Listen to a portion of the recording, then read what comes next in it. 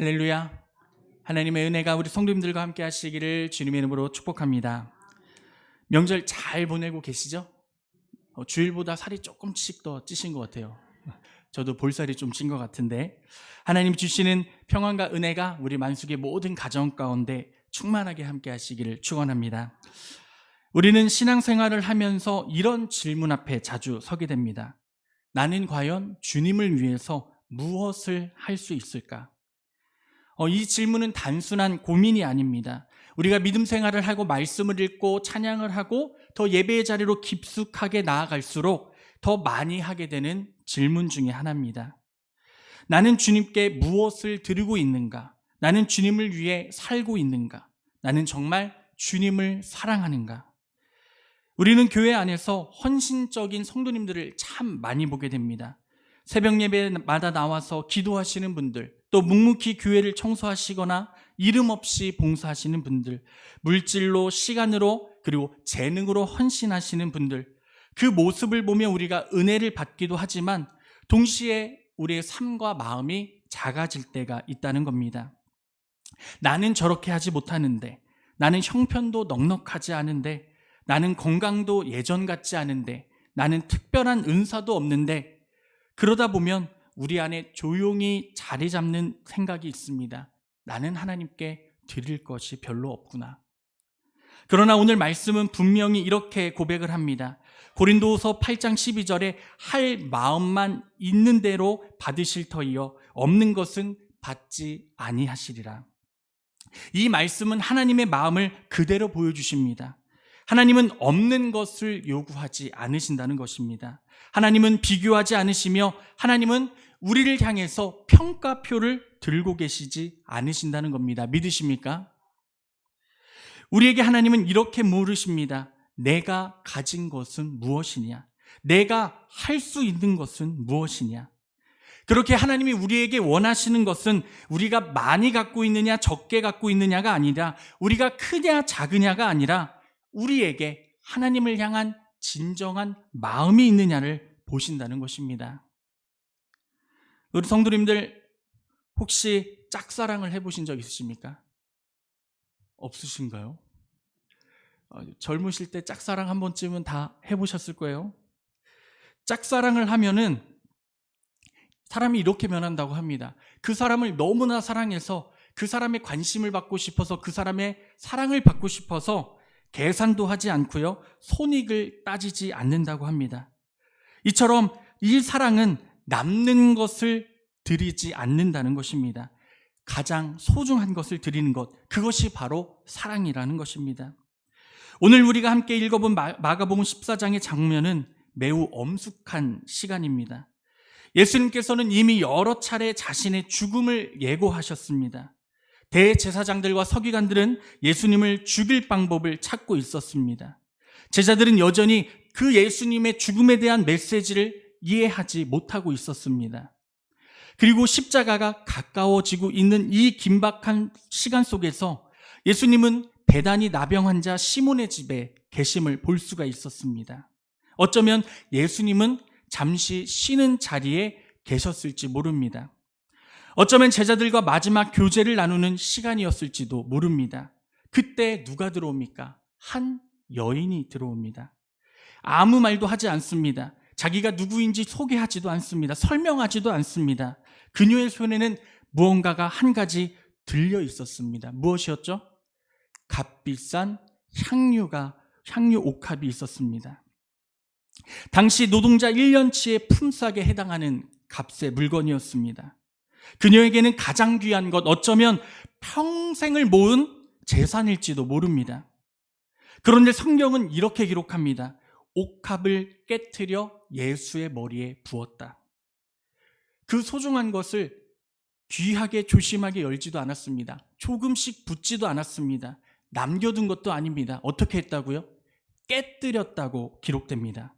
이 깨뜨렸다는 것은 다시 이것을 주워서 담을 수 없다는 뜻, 즉 돌이킬 수가 없다는 뜻입니다. 이것은 무슨 뜻입니까? 완전한 헌신을 말씀하시는 겁니다. 전적인 사랑을 고백하는 것입니다. 그 순간 방 안에는 향기가 가득 찼을 것입니다. 그런데 이 좋은 향기만 가득 찼던 것이 아니라 동시에 비난도 가득 차게 됩니다. 허비다. 왜 이렇게 낭비하느냐?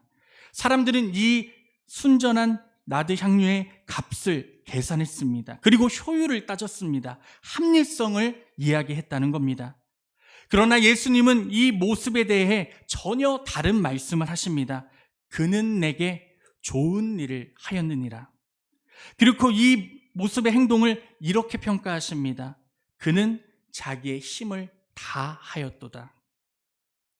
사랑하는 성도님들, 오늘 이 수요 예배 시간 우리는 이 한 문장 앞에 서기를 소망합니다. 자기의 힘을 다하여. 많이 했느냐가 아니라, 좋은 것을 들었냐가 아니라, 대단했느냐가 아니라, 사랑했느냐, 남보다 더했느냐가 아니라, 내가 할 수 있는 것을 하나님께 했느냐를 하나님께서 이 시간 우리를 향하여 보고 계시다는 것입니다.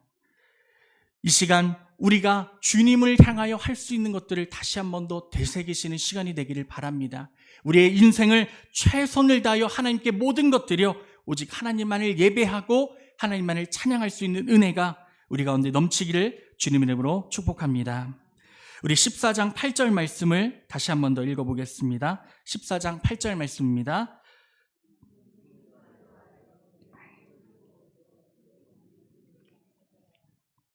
아멘. 아까도 표현했듯이 이 말씀에서 가장 중요한 표현은 이것입니다. 힘을 다했다는 겁니다.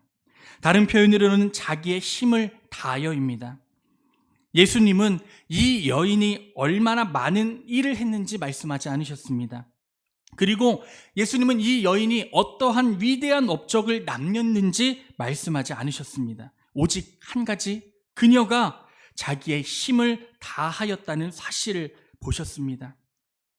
이처럼 하나님은 언제나 비교가 아니라 하나님을 향한 순종과 충성을 보십니다. 그런데 사람은 어떻죠? 사람은 비교합니다. 누가 더 열심히 봉사했고, 누가 더 열심히 사역했고, 누가 더 헌금을 많이 드렸고, 누가 더 교회에 많이 나왔고, 교회에 오래 있고. 그러나 하나님은 능력보다도 환경보다도 오직 하나님께 드려지는 우리의 마음의 중심을 보신다는 것을 말씀하고 계시는 겁니다.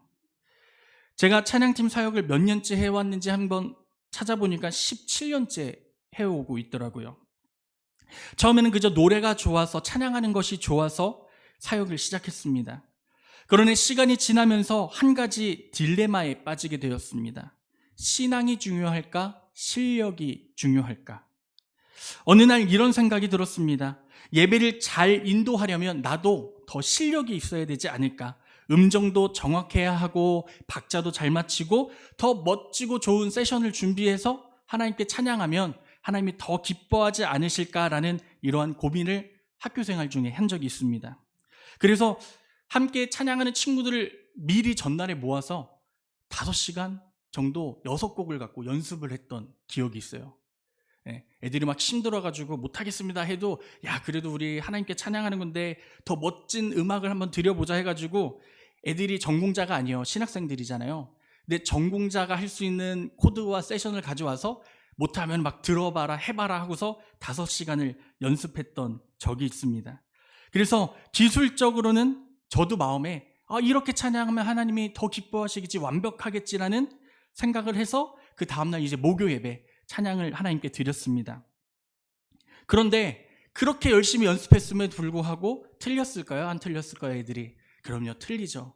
너무 완벽한 것을 고민하고 이야기하다 보니까 더러 예배 시간에 예배 연주를 하는데 너무 많이 틀려서 예배에 방해가 되기 시작했습니다.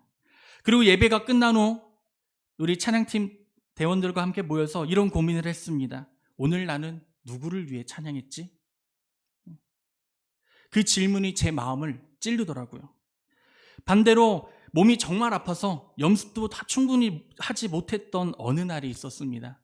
그날 제가 너무 몸이 안 좋아서 심지어는 인도를 다른 친구에게 맡기고 싶었는데 그럴 만한 친구가 없어가지고 몸이 아픔에도 불구하고 우리 연습도 못하니까 그냥 기도로 준비해보자 라고 준비한 날이 있었습니다. 이때 제가 처음으로 이렇게 기도한 날이었거든요. 주님, 오늘 제가 할 수 있는 최선의 찬양을 어떻게든 드려보겠습니다. 그날은 은 하나, 코드 하나 달랐던 것이 아니라 뭐가 달랐습니까? 제 마음과 제 고백이 달랐습니다. 하나님께서는 그런 예배를 쓰시더라고요. 그 이후로 제가 지금도 그래요. 찬양 연습 30분 이상 안 합니다. 네. 저희 주일에도 뭐 그런 시간도 없긴 하지만 우선은 30분 이상 연습 안 하려고 합니다. 왜냐하면 연습하면 연습할수록 더 잘하는 것이 아니라 내가 드러나기 때문입니다. 이처럼 하나님은 내가 드러나는 것이 아니라 내 중심이 어떻게 하나님께 더 가까이 나가 하나님을 바라보고 있는가, 하나님을 찬양하고 있는가. 요즘에 수없이 많은 찬양팀들이 있잖아요. 저도 부러워요. 그들이 찬양하는 멋진 모습들, 멋진 코드들, 멋진 음악들을 보면은 와, 정말 대단하다라는 생각이 드는데, 우리가 하는 찬양, 비록 피아노 한 대를 갖고 찬양할지라도, 우리가 피아노가 없이 목소리로 찬양할지라도 하나님은 멋진 피아노 연주가 아니라, 멋진 밴드의 음악이 아니라 우리의 찬양의 중심을 보신다는 것을 우리가 기억해야 한다는 것입니다. 그래서 이렇게 저는 지금도 기도합니다. 주님, 오늘 제 실력을 쓰시되 제 마음이 먼저 하나님께 깨어지게 하여 주시옵소서. 결국 우리에게 주시는 하나님의 중요함은 내가 얼마나 잘하느냐가 아니라 내가 얼마나 하나님께 할 수 있는 최선의 것을 드리느냐, 이것이 중요하다는 것입니다. 그래서 사무엘상 16장 7절에 하나님은 분명히 우리에게 이렇게 말씀하십니다. 사람은 외모를 보거니와 나 여호와는 뭘 보신다고요? 중심을 보시느니라. 하나님은 결과 이전에 우리의 중심을 보십니다. 또한 하나님께서는 모세를 부르실 때 이렇게 부르셨습니다. 출애굽기 4장 2절의 말씀인데, 하나님은 모세에게 내 손에 있는 것이 무엇이냐고 물었습니다. 하나님은 모세에게 군대를 주지 않으셨습니다. 왕궁의 권세를 다시 회복시켜 주지 않으셨습니다. 단지 그에게 무엇을 지어주셨죠?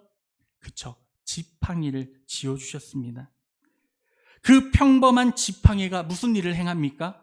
홍해를 가르는 도구가 되었고 반석에서 물이 나오게 하는 도구가 되었습니다.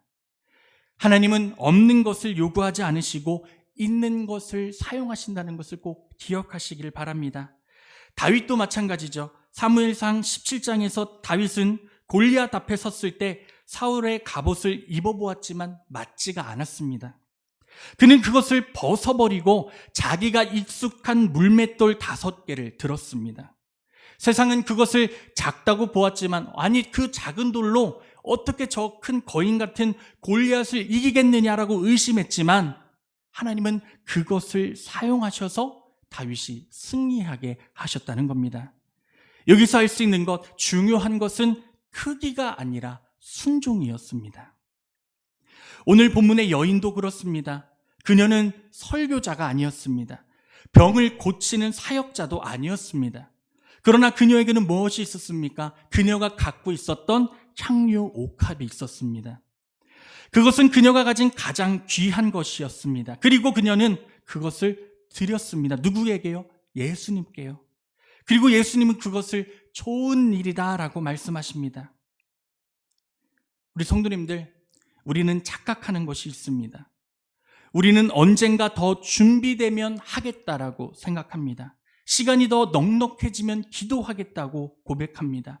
형편이 더 좋아지면 하나님께 드리겠습니다라고 이야기하며 건강이 회복되면 더 봉사하겠다고 합니다. 그러나 하나님은 미래의 가능성을 보시기보단 오늘 이 자리에 우리의 순종을 보신다는 것을 꼭 기억하시길 바랍니다. 그래서 누가복음 16장 10절은 이렇게 말씀합니다. 지극히 작은 것에 충성된 자는 큰 것에도 충성되니라. 하나님은 작은 순종을 통해 큰 일을 이루십니다. 믿으십니까? 우리의 작은 헌신을 통해 하나님의 나라를 확장하신다는 겁니다. 그렇게 우리의 삶을 돌아보십시오. 우리는 이미 할 수 있는 것이 너무나 많습니다. 우리는 주님께 드릴 수 있는 것이 너무나 많습니다. 간단합니다. 1분 더 기도하세요. 간단하죠? 식사하실 때 더 많이 기도하세요. 뭐 할 수 있을 때 하나님을 찬양해 보세요. 그냥 마음으로 찬양을 흥얼거리기라도 해보세요. 그 묵묵히 할 수 있는 하나님을 향한 우리의 고백을 통하여 하나님께서는 우리를 사용하시고 우리를 인도하여 주실 줄로 믿습니다. 그렇게 하나님은 우리가 못하는 것을 묻지 않으십니다. 왜 저 사람처럼 기도하지 못하냐? 왜 저 사람처럼 찬양하지 못하냐라고 묻지 않으십니다. 오직 하나님은 우리에게 이렇게 물으십니다. 내가 할 수 있는 최선의 것을 나에게 주고 있느냐? 주님은 완벽함을 요구하지 않으십니다. 충성과 순종을 원하신다는 것입니다. 하나님은 오늘 우리에게도 이렇게 물어보십니다. 내 손에 있는 것이 무엇이냐? 우리의 가진 것이 작아 보일지라도, 우리가 할 수 있는 일이 작을지라도 우리의 힘을 다해 드리는 이 작은 순종이 하나님께서는 좋은 일이라고 우리에게 말씀하여 주실 줄로 믿습니다. 우리 모두가 우리가 할 수 있는 것을 최선을 다해 하나님께 드리시는 기쁨의 은혜가 되시기를 주님의 이름으로 축복합니다. 우리 4절과 5절 말씀 한 번 더 읽겠습니다. 4절, 5절입니다. 어떤 사람들이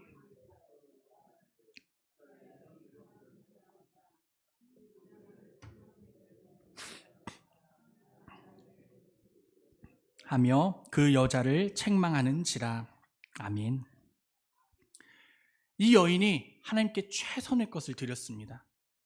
그런데 이 최선의 것을 드린 이것을 본 사람들의 반응은 하나님이 말씀하신 말씀과는 정반대였습니다.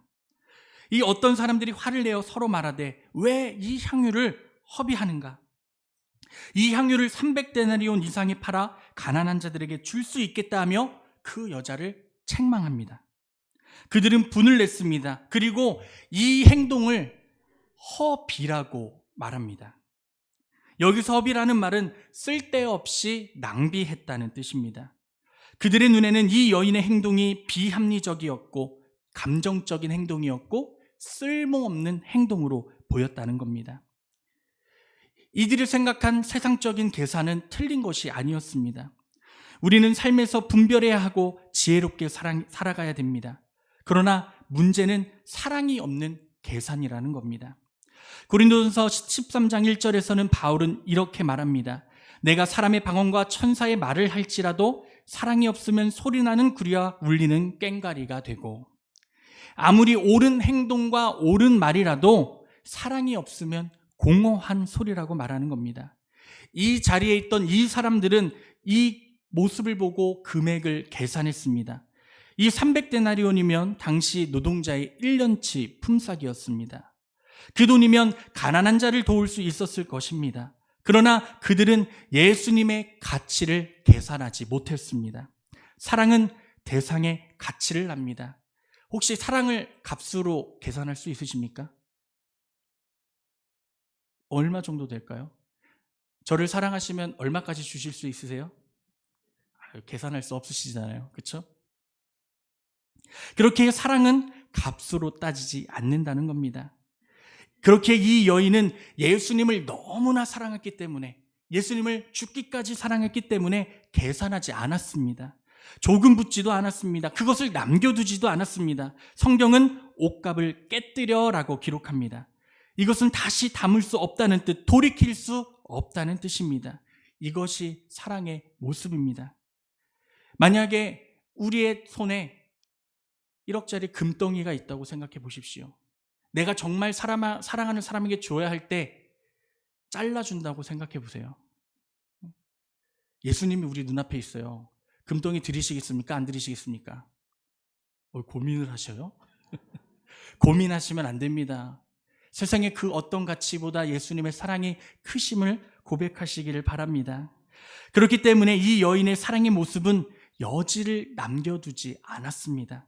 이만큼이 아니라 전부를 하나님께 드린 것입니다. 그런데 거꾸로 생각했을 때 예수님도 우리를 너무나 사랑하셔서요, 우리를 사랑하신 그 값이 계산이 되지 않습니다. 로마서 5장 8절 말씀을 함께 읽어볼까요? 로마서 5장 8절입니다. 우리가 아직 죄인되었을 때에 그리스도께서 우리를 위하여 죽으심으로 하나님께서 우리에 대한 자기 사랑을 확증하셨느니라. 아멘. 이 말씀을 보면 우리가 하나님의 사랑을 받을 자격이 있어서가 아니라고 말씀합니다. 이 사랑을 우리가 갚을 수 있어서가 아니라고 말합니다. 하나님의 사랑은요, 조건 없는 사랑이었습니다. 그렇기에 십자가의 이 사랑은 계산된 결과가 아니라 예수님께서 보여주신 우리를 향한 놀라운 사랑의 결정이었다는 겁니다. 어쩌면 여인은 예수님의 말씀을 깊이 마음에 새기고 있었을 것입니다. 예수님은 이미 여러 차례 자신의 죽음을 말씀으로 예고하셨습니다. 그러나 제자들은 그 의미를 온전하게 이해하지 못했습니다. 그런데 예수님은 8절에서 이렇게 말씀하십니다. 그는 내 몸에 향유를 부어 내 장례를 미리 준비하였느니라. 이 여인은 주님의 고난을 마음으로 받아들였습니다. 사랑은 주님의 마음을 읽는 것임을 실천하며 보여준 것입니다. 사랑은 말씀을 귀로만 듣는 것이 아니라 마음으로 품고 행동으로 보여주는 것이라는 것을 먼저 실천했다는 것입니다. 우리의 신앙이 가끔 계산적으로 변할 때가 있습니다. 이 정도 예배하면 충분하지. 이만큼 내가 했으면 됐지. 내 형편을 봐야지. 물론 우리에게 주어진 현실도 중요합니다. 그러나 사랑은 최소한을 묻지 않습니다. 사랑은 최선을 묻습니다. 사랑하면 손해를 따지지 않습니다. 왜냐? 내가 그만큼 사랑하기 때문입니다. 빌립보서 3장 8절에서 바울은 이렇게 고백합니다. 또한 모든 것을 해로 여김은 내 주 그리스도 예수를 아는 지식이 가장 고상하기 때문이라. 사도 바울은 계산해 봤습니다. 세상의 명예, 학문, 배경 다 내려놓고도 예수님이 더 가치가 있다는 것을 깨달았다고 고백하는 것입니다. 이것이 사랑입니다. 사랑은 우리의 가치와 판단을 바꿈을 꼭 기억하시기를 바랍니다. 사랑하는 성도님들, 우리의 헌신이 식어가는 이유는 사랑이 식기 때문입니다.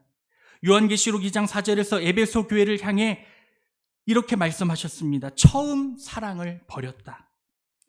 처음 사랑이 사라지면 봉사는 의무가 되고 우리의 예배는 습관이 됩니다. 그러나 회복이 되어지면 그 사랑을 통하여 작은 순종이 기쁨이 된다는 것을 우리에게 말씀하여 주시고 계시는 것입니다. 혹시 우리가 드려진 이 예배가 형식적인 예배가 되어가지는 않습니까? 우리가 고백하는 이 찬양들이 그저 부르는 노래가 되어가고 있지는 않습니까? 우리가 하는 모든 주님 앞에 기도가 그저 나를 향한 기도로 변질되어지지는 않고 있습니까? 우리 안에 하나님을 향한 첫사랑이 다시 한 번 더 회복되어지기를 소망합니다. 그리고 그 사랑으로 주님께 드리는 헌신된 예배와 기도와 찬양이 회복되어지시기를 주님의 이름으로 축원합니다. 마지막으로 주님을 위해 할 수 있는 것은 사람의 평가가 아니라 주님의 평가를 바라보는 것입니다.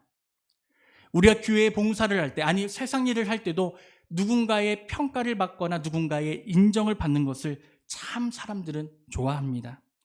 그러나 본문 4절과 5절에서 사람들은 이 여인을 책망했습니다. 그들은 분을 냈고 서로 수근거렸고 여인을 향하여 비난의 말을 던졌습니다. 같은 자리에 있었지만 같은 장면을 보았지만 그들의 평가와는 예수님의 평가는 완전히 달랐습니다. 이 세상 사람들은 이것을 허비라고 했잖아요. 그런데 예수님은 세 글자로 바꾸십니다. 좋은 일.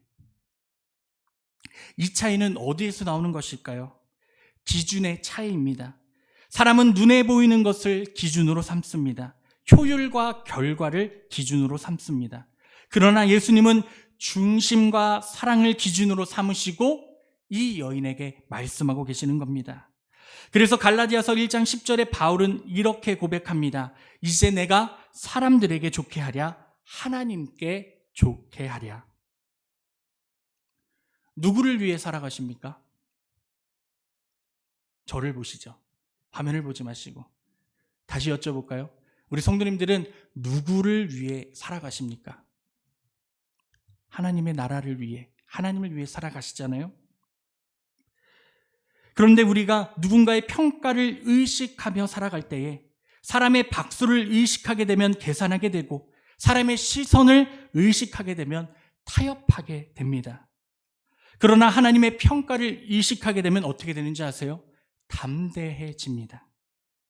이 여인은 분명히 비난을 들을 것을 알았을 것입니다. 누가 이 300데나리온이나 되는 1년치의 품삯을 한 사람의 머리에 부은다는 것, 그 부은다는 것은 내가 누군가에게 이러한 비난을 받을 수 있겠구나라는 생각도 할 수 있었을 것입니다. 하지만 그녀는 이 행동을 멈추지 않았습니다. 왜냐하면 그녀의 시선은 사람에게 있는 것이 아니라 누구? 하나님께 있었기 때문입니다. 사랑하는 성도님들, 우리가 주님을 위해 헌신할 때 항상 이해받는 것만은 아닙니다. 누군가는 우리의 믿음의 모습을 보고 당신은 왜 교회에서 이렇게까지 하느냐? 당신은 왜 교회에서 이렇게까지 행동을 하느냐라고 말할 수 있습니다. 때로는 누군가가 나에게 와서 적당히 좀 해. 가정도 챙겨야지 라는 소리를 할 수도 있습니다. 하지만 중요한 것은 이렇게 우리를 평가하는 사람의 말이 아니라 우리를 향하여 사랑을 허락하시는 주님의 음성이 더 중요하다는 것입니다. 예수님께서는 9절에 놀라운 선언을 하십니다. 우리 9절 말씀 함께 읽어볼까요? 9절입니다. 내가 진실로 너에게 이르노니 온 천하에 어디서든지 복음이 전파되는 곳에는 이 여자가 행한 일도 말하여 그를 기억하리라 하시니라. 아멘. 이 마가복음에서는 이 여인의 이름조차 기록되어지지 않습니다. 그런데 이 이름조차 기록되어지지 않은 여인의 복음의 헌신과 사랑을 하나님께서는 말씀하시고 결국에는 주님의 평가는 영원히 이 고백과 모습이 남게 될 것이다라고까지 말씀을 하십니다. 그래서 마태복음 25장 21절에 주님께서 충성된 종에게 이렇게 말씀하시죠. 함께 읽어볼까요? 그 주인이 이르되 잘하였도다. 착하고 충성된 종아, 내가 적은 일에 충성하였음에 내가 많은 것을 내게 맡기리니 내 주인의 즐거움에 참여할지어다 하고. 아멘. 하나님은 작은 충성을 기억하십니다. 사람은 항상 무엇을 따라 살죠? 제일 높은 것, 제일 큰 것, 가장 많은 것, 가장 좋은 것을 생각하고 기억하잖아요.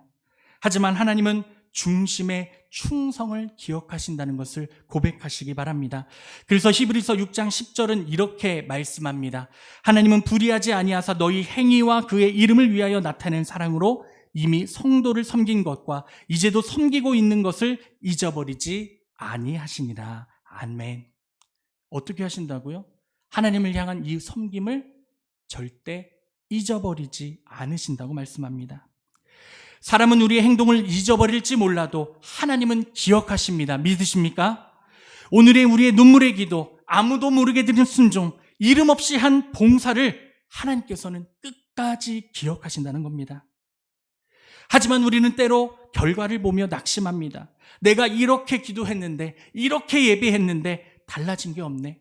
내 기도가 응답되지 않은 것 같네. 그러나 신앙의 결과는 뭐라고요? 결과가 아니라 충성이다. 평가가 아니라 순종이다. 박수가 아니라 주님의 인정임을 기억하시길 바랍니다. 우리 성도님들, 우리는 누구의 평가를 바라보고 있습니까? 사람의 눈입니까? 주님의 눈입니까? 오늘 우리는 이 말씀의 여인을 통해 분명히 알게 됩니다. 사람의 말은 잠시지만 주님의 평가는 영원하다는 것입니다. 그러므로 우리는 주님께 담대히 집중해야 합니다. 우리의 신앙생활에 비난이 들릴지라도, 오해가 있어도, 이해받지 못하도 주님의 좋은 일이라는 음성을 붙드시기를 바랍니다. 그리고 마지막 날 우리가 주님 앞에 섰을 때 우리의 인생을 향해 주님께서는 이렇게 말씀하실 것입니다. 잘하였다, 충성된 나의 종아.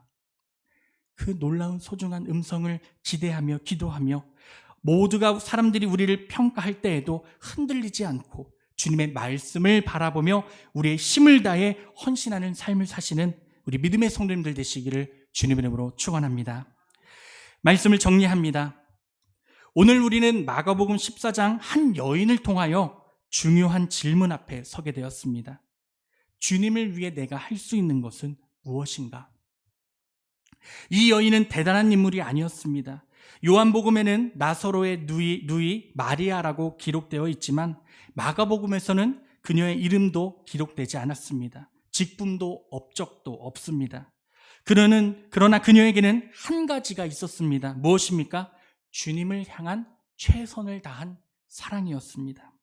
그리고 그 사랑을 그녀는 행동으로 옮겼습니다. 자기 힘을 다하여 자기에게 있는 가장 소중한 것을 예수님께 드렸습니다. 사람들은 그녀를 향해 허비라고 했습니다. 하지만 예수님은 그녀의 모습을 보시고 내게 좋은 일을 하였느니라 라고, 그리고 자기의 힘을 다하였다라고 평가하셨습니다. 신앙의 평가는 세상이 하지 않습니다. 신앙의 평가는 교회가 하지 않습니다. 누가 하신다고요? 마지막엔 오직 주님이 하십니다. 우리는 사람의 눈을 의식하며 사는 존재가 아니라 주님의 눈앞에 있는 존재라는 것을 기억하시며 주님의 그 눈을 바라보시는 은혜가 되시길 바랍니다. 우리가 드린 기도, 아무도 모르게 흘린 눈물, 이름 없이 감당한 봉사, 주님 앞에서 한 작은 순종 그 하나하나까지도 주님은 기억하신다는 것을 고백하시길 바랍니다. 그래서 히브리서 6장 10절의 말씀을 보면 하나님은 우리의 사랑의 수고를 잊지 않으신다라고 기록됩니다. 결국 신앙은 많이가 아닙니다. 비교가 아닙니다. 성공도 아니며 오직 사랑과 충성, 순종, 겸손임을 기억하시길 바랍니다. 그래서 오늘 이 수요 예배가 우리의 향유 옥합을 깨트리는 시간이 되시길 바랍니다. 물질일 수도 있고 시간일 수도 있고 그것이 기도일 수도 있고 회개일 수도 있고 다시 시작하는 결단일 수도 있습니다. 작아 보여도 괜찮습니다. 그러나 나의 힘을 다한 최선의 헌신이 되기를 소망합니다. 그럴 때에 언젠간 우리들이 주님 앞에 서는 날, 우리의 인생을 향해 주님이 이렇게 말씀해 주시기를 소망합니다. 그는 자기의 힘을 다하여 내게 좋은 일을 하였느니라. 그리고 잘하였다, 착하고 충성된 종아라고 칭찬받으시는 우리 모든 성도님들 되시기를 주님의 이름으로 축복합니다. 우리 함께 찬양을 고백하며 함께 결단하기를 원합니다. 주님, 내가 주님의 기쁨 되기를 원합니다. 내 마음을 새롭게 하시고 세부되게 하여 주사 내 모든 것을 하나님께 드리는 믿음 되게 하여 주시옵소서. 이 찬양의 고백을 통해 함께 결단하기를 소망합니다.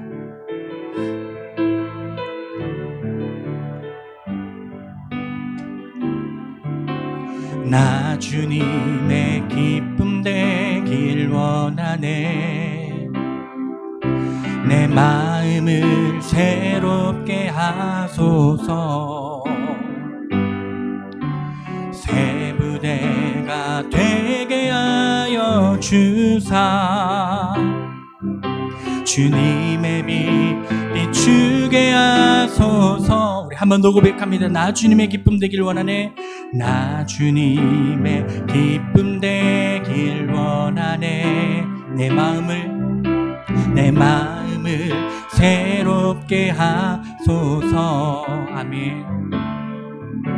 새 부대가 되게 하여 주사 주님의 빛 비추게 하소서. 내가 원하는 한 가지 주님의 기쁨이 되는 것.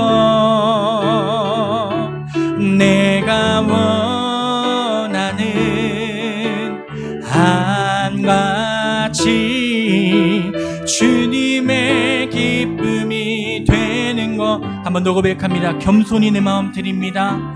겸손히 내 마음 드립니. 나의 모든 것 받아주소서. 나의 모든 것 받으소서. 아멘. 나의 마음 깨끗게 씻어 주사 주의 길로 행하게 하소서. 내가 원하는 한 가지 주님의 기쁨이 되는 것. 내가 원하는 한 가지 주님의. 우리 시간 두 손을 가슴에 모으고 한 번 더 고백합니다. 내가 원하는 한 가지. 내가 원하는 한 가지. 아멘. 주님의 기쁨이 되는 것. 내가 원하는 한 가지 같이 주님의 기쁨이 되는 것. 주님, 우리가 이 시간 결단하며 나가는 것, 내가